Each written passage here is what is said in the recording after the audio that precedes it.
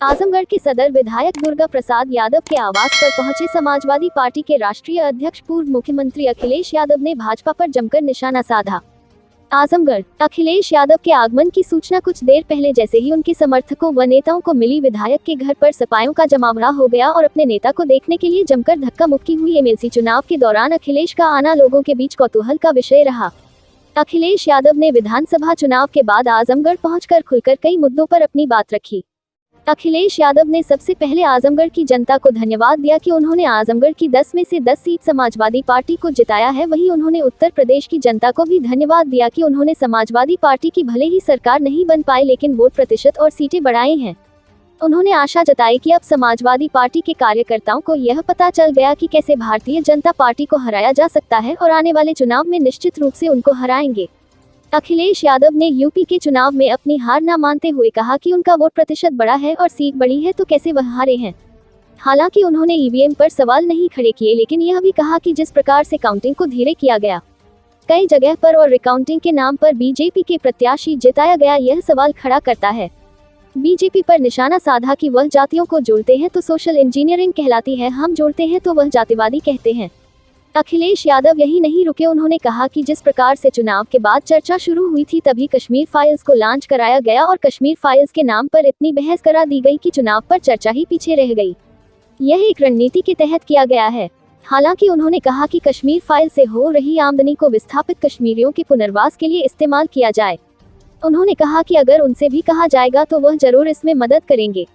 अखिलेश यादव ने बहुजन समाज पार्टी की हार पर भी सवाल खड़ा किया और कहा कि यह भाजपा की मिलीभगत से हुआ है, इसीलिए समाजवादी पार्टी अब अम्बेडकरवादियों से गठबंधन कर रही है, न कि बसपा से। ओम प्रकाश राजभर के बीजेपी नेताओं से मिलने की चर्चा पर उन्होंने कहा कि होली के दौरान यह कुछ लोगों का शिगुफा था। ओम प्रकाश राजभर आज भी उनके साथ हैं। अखिलेश यादव ने आजमगढ़ की संसदीय सीट या करहल की विधानसभा सीट के छोड़ने के सवाल पर कहा कि यह पार्टी के नेताओं के साथ बैठक कर तय किया जाएगा। आजम को धन्यवाद देना चाहता हूँ।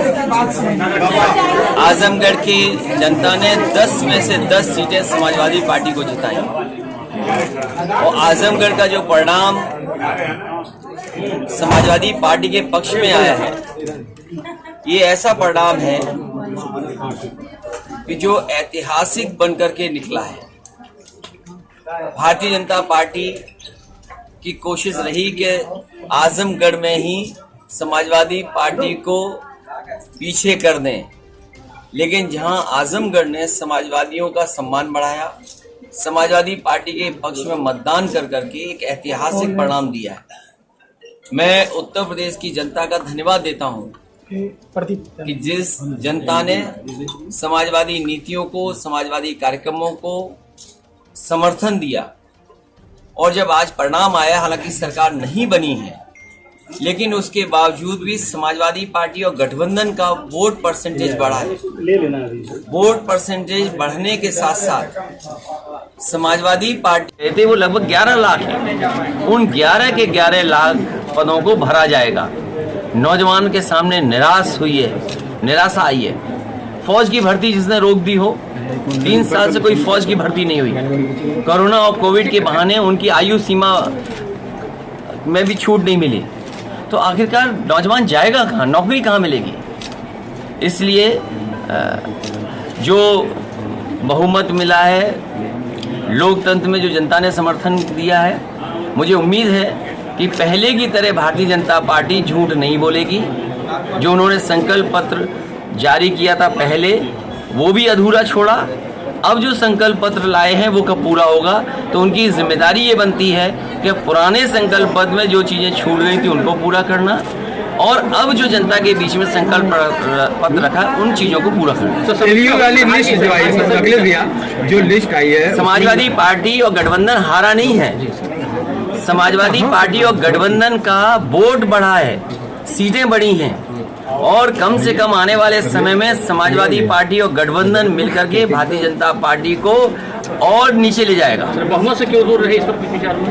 देखिए, अलग अलग जगह अलग अलग समीक्षा है, लेकिन समीक्षा न हो, उत्तर प्रदेश के चुनाव पे बहस न हो, इसलिए वो कश्मीर फाइल्स लेके आ गए।